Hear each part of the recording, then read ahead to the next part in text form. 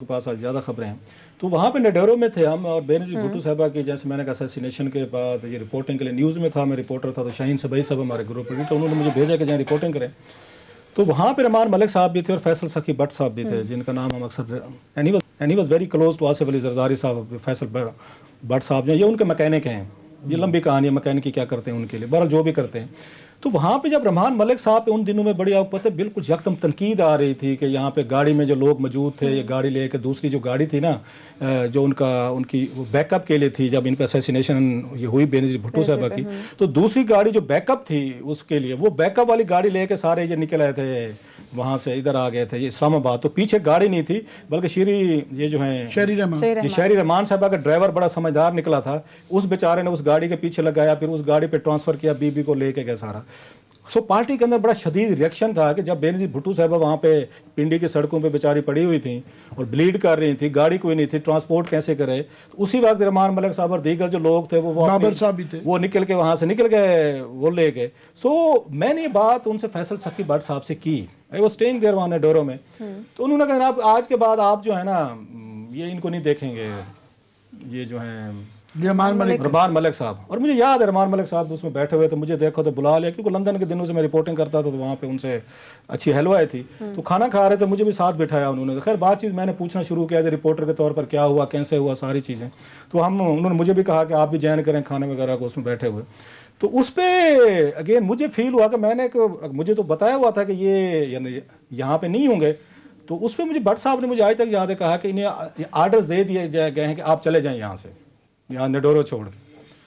میں چلیں جی ٹھیک ہے, یہ ان کے انٹرنل پارٹی فیصلے ہیں, ہم کون ہوتے ہیں. ایگزیکٹ جناب, اور وہ رات کو چلے گئے اور وہی کچھ ہوا, وہ چلے گئے.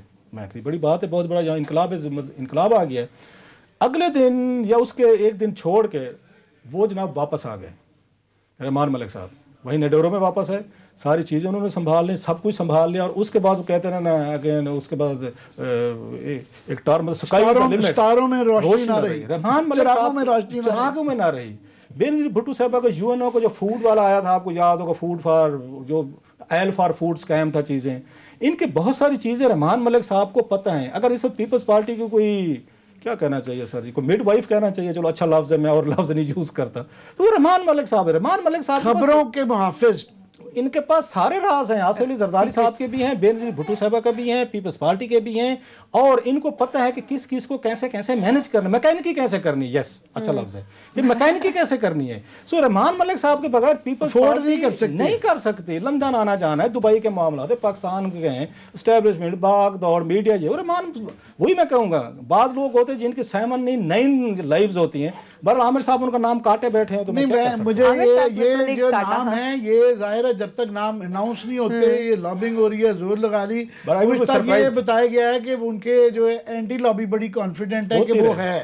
تو میں آپ سے اگری کرتا ہوں کہ آسان کام نہیں ہے رحمان ملک صاحب کو فارغ کرنا. لیکن پی ڈی ایم کا کیا ہے, انہوں نے بھی رابطے تیز کر لیا. مولانا فضل الرحمان نے بات کیا نواز شریف سے, زرداری سے, کہ سینٹ الیکشن میں کوئی اسٹریٹجی اختیار کریں. بات یہ ہے کہ میں سن رہا تھا کہ جی پی ڈی ایم کا فلانا کینڈیڈیٹ آ جائے تو وہ چیئرمین کروا لیں گے, تو یوں ہو جائے. یوسف رضا گیلانی صاحب کا بھی نام ٹھیک ہے, باقیوں کے مقابلے میں زیادہ کمپٹیشن دیں گے.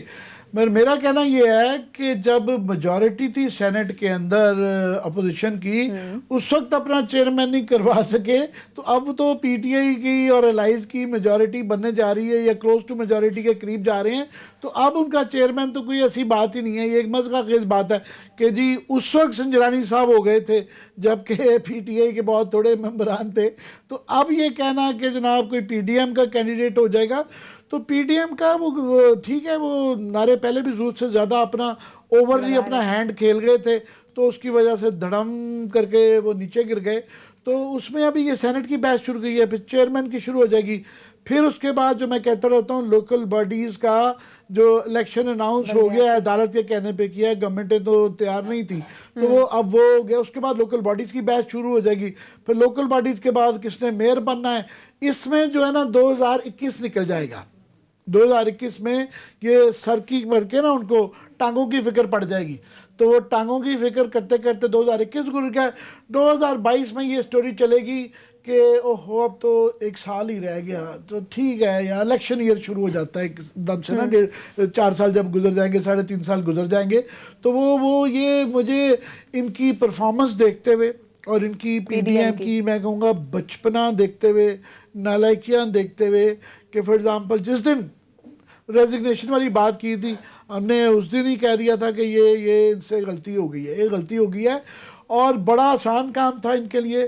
ان کے پاس بڑے بڑے لوگ تھے، بڑے بڑے ان کے پاس آپ دیکھیں نا کہ خواجہ سعد رفیع، خواجہ آصف، یہ چھوٹے وہ نہیں ہیں اتنے، ماشاءاللہ ان کے جو ہے 6 انچ کے جو ہے یہ گلے کی نال ہے، تو وہ تو بغیر مائک کے نہیں سنبھالے جاتے. نہیں کر سکے وہ اس لیے، حالانکہ اس سے زیادہ مہنگائی تو پاکستان کی تاریخ میں نہیں ہوئی. آپ دیکھیں نا پچھلے 3-4 دن کی جو خبریں آئی ہیں، پہلے ہمیں ملا تھا کہ منیمم 34% جو ہے کپاس گر گئی ہے، جس سے یہ 100-200 ارب تو دے رہے ہیں احساس پروگرام میں، یہ 2000 ارب اڑ جاتا ہے جو کہ کسان کے پاس جانا تھا، وہ غائب ہو گیا. ابھی آ گئی ہے کہ جناب رائس ایکسپورٹس بھی کوئی 36% کم ہو گئی ہیں، رائس بھی. ویٹ پہلے ہی ہمارا جو پچھلے سال جو حال ہوا، چینی کا جو حال ہوا، تو یہ اتنا کچھ ہے، مہنگائی ہے، پٹرول روز بڑھا دیتے ہیں. سو اپوزیشن کے لیے بڑا آسان کام تھا، مگر کمزور ہیں، کمپرومائزڈ ہیں، پھنسے ہوئے ہیں نا. کافی سارے یہ مقدمے جھوٹے نہیں ہیں، کافی سارے وہ ہیں، اور لاچار بے بس اس لیے نظر آتے ہیں. ان کی نالائکی میں کہوں گا، اور کیا کہوں گا پی ٹی ایم کی. اچھا عامر صاحب، اگر میں کلاس صاحب والا ایول مائنڈ استعمال کروں اور کہوں کہ کیا پتا، ایول مائنڈ نہیں، وہ سم ٹائمز آپ کا ایک ایسا آرگیومنٹ آ جاتا ہے نا، تو اگر پی ڈی ایم اکٹھی ہو جاتی ہے اور ایک اپنا کینڈیڈیٹ لے آتا ہے، پھر پی ٹی آئی کے لیے ٹف ہو جائے گا؟ نہیں، پہلے تو آپ نے بہت ہی سخت کہہ دیا، مگر مجھے پتا آپ کیا کہنا وہ میرے انٹیلیجنٹ کہنا چاہ رہی تھی.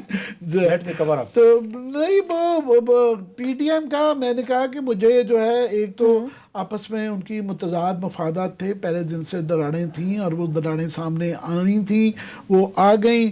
تو یہ وہ بار بار خود کہتے ہیں کہ جناب ہمارا الیکٹورل الائنس نہیں ہے کوئی، اور اس کے بعد ابھی یہ سینٹ کے اندر بھی جو ہے نا، وہ ہر پارٹی کو اپنی اپنی مصیبت پڑی ہوئی کہ میں اپنا کرا لیا جائے، وہ کرا لیجیے. تو مجھے کوئی ایسی لائنسز نہیں نظر آ رہی، یہ وہ نہیں ہے.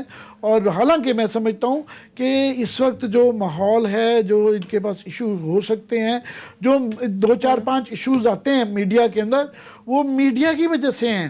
یہ کہ جو انرجی کا کرائسس ہے، یہ میڈیا میں، جے آئی ڈی سی میڈیا میں، یہ مہنگائی بھی ہم لوگ شور مچاتے ہیں، ان کی طرف سے وہ نہیں آتا، وہ جو ہے دم نہیں. آپ کا کیا ٹیک ہے اس پہ؟ عامر صاحب جو بات کہہ رہے ہیں نا کہ اس کی پی ڈی ایم یا حکومت کی، ایک چیز بڑی واضح ہے جس پہ P D M is quite hopeful, جو میرا خیال ہم اگنور کر رہے ہیں. انہیں یہ لگتا ہے کہ ہم نے اسٹیبلشمنٹ کو اتنی تنقید کی ہے اپنے جلسے جلوسوں میں پچھلے 6 مہینوں میں کہ اسٹیبلشمنٹ پیچھے ہٹ گیا. جو پہلے رول نظر آتا تھا نا آپ کو سینٹ کے الیکشنز میں کہ پیچھے سے دائیں بائیں، کوئی یہاں پہ ایجنسیز ہیں، کوئی یہاں پہ اسپائی ماسٹرز ہیں، اور کوئی دباؤ ہے خرید و فروخت میں، آپ کو ایجنسیز کا رول نظر آتا ہوتا تھا. وہ یہ سمجھتے ہیں کہ ہم نے بڑی کامیابی سے اتنی تنقید کر دی ہے کہ ان کو ہم نے نیوٹرلائز کر دیا ہے.